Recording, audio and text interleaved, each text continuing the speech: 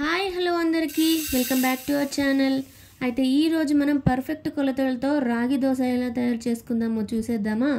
అయితే ముందుగా మనం రాగులు తీసుకోవాలి. ఒక 2 కప్స్ రాగులు అయితే తీసుకుంటున్నా. నేను 2 కప్స్ రాగులు వేసేసుకున్నా. అండ్ నెక్స్ట్ ఇక్కడ నేను మినపప్పు వేస్తున్నా. 1 కప్పు మినపప్పు వేస్తున్నా.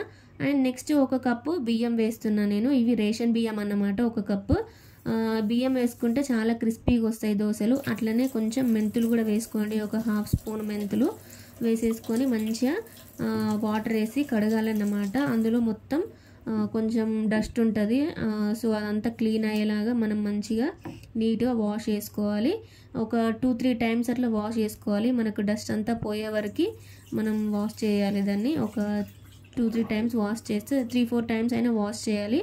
వాష్ చేసి ఇది చూస్తున్నారు కదా, మంచిగా నేను మంచినీళ్ళు పోసుకున్నాను అన్నమాట. అందులో మంచినీళ్ళు పోసేసి మంచిగా క్యాప్ అయితే పెట్టేసి పక్కన పెట్టేసేయాలి. ఒక 4 to 5 అవర్స్ నానాలి ఇవి. చూసారా, నేను ఒక 5 అవర్స్ నానబెట్టిన, దాదాపు ఒక 5 అవర్స్ నానబెట్టిన తర్వాత మనం ఆ వాటర్ అనేది వంపేయాలి.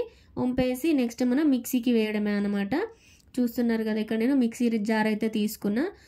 మిక్సీ జార్ తీసేసుకొని కొంచెం కొంచెంగా వేసుకోవాలి. ఇక్కడ మనకి మిక్సీ జార్ నిండుగా వేసినట్టయితే మనకి ఇక్కడ రాగులు అనేటివి సరిగ్గా పట్టదన్నమాట మిక్సీ. సో కొన్ని వాటర్ కూడా వేసుకోవాలి. మనం కొంచెం వాటర్ వేసుకుంటూ మంచిగా మిక్సీ అయితే పట్టుకోవాలన్నమాట. చూస్తున్నారు కదా, ఇక్కడ ఈ రాగులు అనేటివి మనకి అందులో మిక్సీలో దొరకవన్నమాట. అవి కరెక్ట్ మిక్స్ కావు. సో కొంచెం ఎక్కువసేపే మిక్సీ పట్టాల్సి ఉంటుంది. స్మూత్గా అయ్యేంత వరకు మనం మిక్సీ పట్టుకోవాలి. పట్టుకొని మంచిగా ఇక్కడ ఒక బౌల్లో అయితే మనం ప్రిపేర్ చేసుకున్నది వేసేసుకోవాలన్నమాట. మంచిగా మిక్సీ పట్టేసుకొని ఒక బౌల్లో మొత్తం తీసుకోవాలి.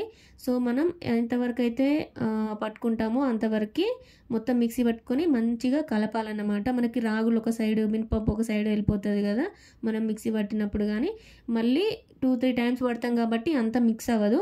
మంచిగా హ్యాండ్ తోటే మొత్తం ఓవరాల్గా మిక్స్ చేసుకోవాలి. మనం మిక్స్ చేసేసుకొని నైట్ మనం పడుకునే ముందు మిక్సీ పట్టేసుకొని డైరెక్ట్ మనం క్యాప్ పెట్టేసేయాలి. మొత్తం క్లోజ్ చేయొద్దు క్యాప్ నైట్. సో అట్లా అన్నమాట పెట్టేస్తే మార్నింగ్ సరికి చూస్తున్నారా, నేను మార్నింగ్ లేచి చూసేసరికి ఇది ఇట్లా మంచిగా ఎంత స్మూత్గా అంటే అంత స్మూత్గా అయింది. రాగి దోశకి మనకు ప్రిపేర్ అయిపోయింది. బ్యాటర్ అయితే ప్రిపేర్ అయిపోయింది. చూస్తున్నారు కదా, నేను స్పూన్ పెట్టి చూపిస్తున్నా. బబుల్స్ మొత్తం బబుల్స్ ఫామ్ అయిపోయినాయి. నేను హాఫ్ వరకు ఉండే బౌల్లో నిన్న మిక్సీ పట్టినప్పుడు పిండి, సో నిండుగా వచ్చేసింది. నెక్స్ట్ ఇంకా మనం దోశ వేసుకోవడమే అన్నమాట.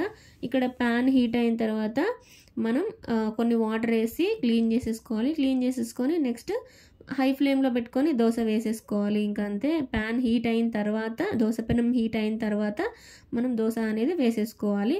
మంచిగా తిప్పుతూ వేసుకోవాలి. ఇక్కడ నేను చూపిస్తున్న విధంగా అయితే దోశ అయితే వేసుకోవాలి. పర్ఫెక్ట్గా ఉంటుంది. చాలా క్రిస్పీగా ఉంటుంది అండ్ బాగుంటుంది. మనం కొంచెం రేషన్ రైస్ యాడ్ చేసినాం కదా, 1 కప్పు, క్రిస్పీగా వస్తుంది దోశ. ఒకవేళ మీకు రేషన్ రైస్ వద్దు వేయడం అనుకుంటే స్కిప్ చేసుకోండి, పర్లేదు.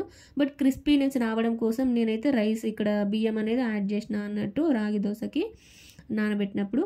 ఇక్కడ నేను ఆయిల్ అయితే యూజ్ చేస్తలేను. ఇక్కడ నేను నెయ్యి యూజ్ చేస్తున్నా. నెయ్యి మంచిగా అక్కడక్కడ కొంచెం డ్రాప్స్గా వేసుకుంటూ మంచిగా దానికి వేస్తున్నాను అన్నమాట. సో అప్పుడు మనకు రాగి దోశ టేస్ట్ అనేది ఇంకా మంచిగా వస్తుంది. అండ్ మీరు ఒకవేళ ఈ బ్యాటర్లో మనం పోసుకునేటప్పుడు సాల్ట్ యాడ్ చేసుకుంటే యాడ్ చేసుకోండి, లేదా మనం చట్నీలో వేసుకుంటాం కదా అనుకుంటే స్కిప్ చేసుకోండి, అది మీ ఇష్టం. నేనైతే వేయను ఎప్పుడు దోశలో, ఎందుకంటే మనకు మిగిలితే అందులోనే ఉండిపోతుంది కదా, అందుకని చెప్పి నేను ఎప్పుడు వేయను. సో ఇట్లయితే మనం దోశలు అయితే వేసేసుకోవాలి. మంచిగా వచ్చినాయి దోశలు, సూపర్ క్రిస్పీగా ఉన్నాయి అన్నమాట. చూస్తున్నారు కదా, నేను ఒక్కొక్కటిగా తీసుకుంటూ చేశాను. ఇంకా మొత్తం అయితే ఇంకా రెడీ అయిపోయినాయి. ఇక్కడ నేను పల్లి చట్నీ చేశాను అన్నమాట రాగి దోశలోకి. పల్లి చట్నీ టేస్టీగానే ఉంటుంది ఇందులోకి, లేదా టమాటో చట్నీ కూడా చేసుకోవచ్చు. అందులోకి కూడా పర్ఫెక్ట్గా ఉంటుంది. చాలా బాగుంటుంది టేస్ట్. మీకు నచ్చినట్టయితే లైక్ చేయండి, షేర్ చేయండి అండ్ సబ్స్క్రైబ్ చేయండి. ఇంకా ఇట్లాంటి స్పెషల్ టిఫిన్స్ కానీ ఇంకా ఏవైనా కర్రీస్ కానీ చూపిస్తాను. మీకు నచ్చినట్టయితే సబ్స్క్రైబ్ చేయండి. Thank you.